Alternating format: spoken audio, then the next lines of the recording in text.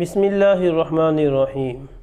حضرت رابعہ بصری رحمۃ اللہ علیہ، ان کے نام سے کون واقف نہیں ہے؟ بچہ بچہ ان کے نام کو جانتا ہے۔ یہ بہت صالحہ، اللہ تعالیٰ کی برگزیدہ ایک عورت تھی، بہت اللہ کی عبادت کرنے والی تھی، ایک مقام و مرتبہ تھا۔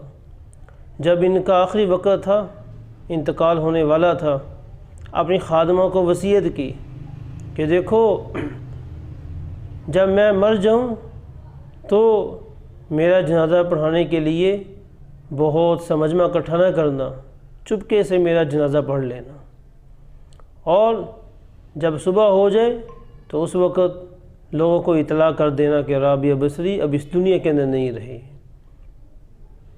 تو رابعہ بصری نے یہ وصیت کی اور خادمہ سے فرمایا کہ جس لباس کو پہن کر میں تہجد پڑھتی تھی، اللہ کے آگے کھڑی ہوتی تھی، قیام کرتی تھی، رکوع سجود کرتی تھی، اسی لباس کے اندر مجھے کفن دینا۔ تو ان کا انتقال ہو گیا۔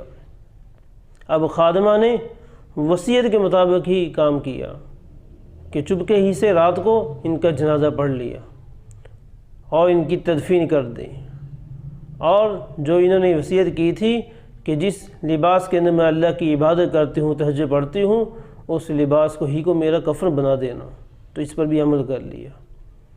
کچھ دنوں کے بعد رابعہ بصری رحمۃ اللہ علیہ خادمہ کے خواب کے اندر آتی ہے اور خادمہ پوچھتی ہے کہ اللہ نے آپ کے ساتھ کیا کیا؟ تو رابعہ بصری رحمۃ اللہ علیہ فرماتی ہے کہ قبر کے اندر منکر نکیر آئے میرے پاس سوالات کرنے کے لیے۔ انہوں نے پوچھا من ربک، من نبیک، ما دینک، آپ کا رب کون ہے، آپ کا نبی کون ہے، آپ کا دین کیا ہے؟ یہ مجھ سے سوالات کیے۔ میں نے جواب دیا کہ میں جب زمین کے اوپر چل رہی تھی اس وقت اپنے رب کو نہیں بھولی، اس وقت میں اپنے نبی کو نہیں بھولی، اس وقت میں دین کو نہیں بھولی۔ آج ایک دو ہاتھ زمین کے نیچے آ گئی ہوں، تو میں کیا اپنے جو ہے وہ رب کو بھول جاؤں؟ خادمہ نے پوچھا کہ جو آپ کا لباس تھا، جس لباس کے اندر آپ کو کفن دیا گیا تھا، اس لباس کا کیا بنا؟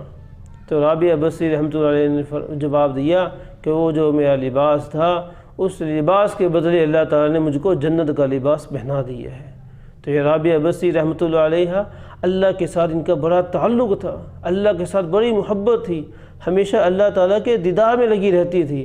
ایک مرتبہ دعا مانگی، بڑی عجیب دعا مانگی جا رہی۔ کیا دعا ہے؟ اے اللہ، اگر میں تیری عبادت جنت کے شوق سے کرتی ہوں، اے اللہ تو مجھ کو جنت سے محروم کر دینا۔ اے اللہ، اگر میں تیری عبادت وہ جہنم کے خوف سے کرتی ہوں، اے اللہ تو مجھ کو جہنم کے اندر داخل کر دینا۔